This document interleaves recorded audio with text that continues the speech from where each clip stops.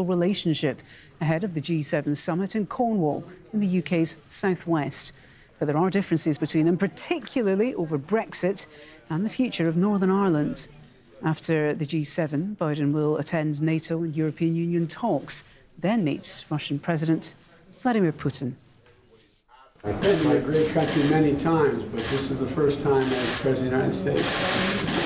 Well, everybody's absolutely thrilled to see you. I told the Prime Minister we have something in common. We both married way above our station. Okay, I'm not going to dissent from that one. Friends. I'm not going to disagree with the President on that, or indeed on anything else.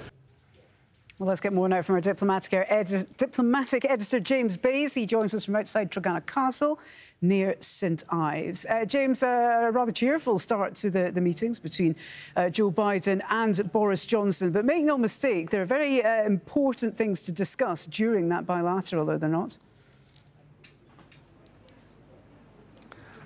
Very important things to discuss, yes. Jovial tone, two men who've not always seen eye to eye in the past. President Biden, before he was President Biden, was somewhat critical of the UK Prime Minister, saying he was just like Trump, and of course he was opposed to Brexit. But now serious business, because the G7 is coming up in less than 24 hours' time. You have the US President and the host of the meeting, I think, trying to work out the agenda for the meeting and unify their positions ahead of that agenda. Right at the top of the list, of course, the reason that we haven't had a G7 last year, we haven't had one for nearly 2 years, and that's COVID-19.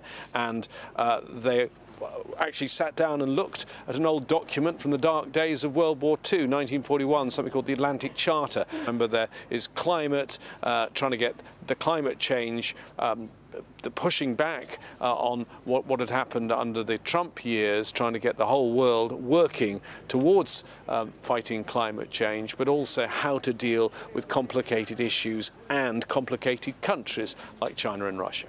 Well, certainly a lot of common purpose.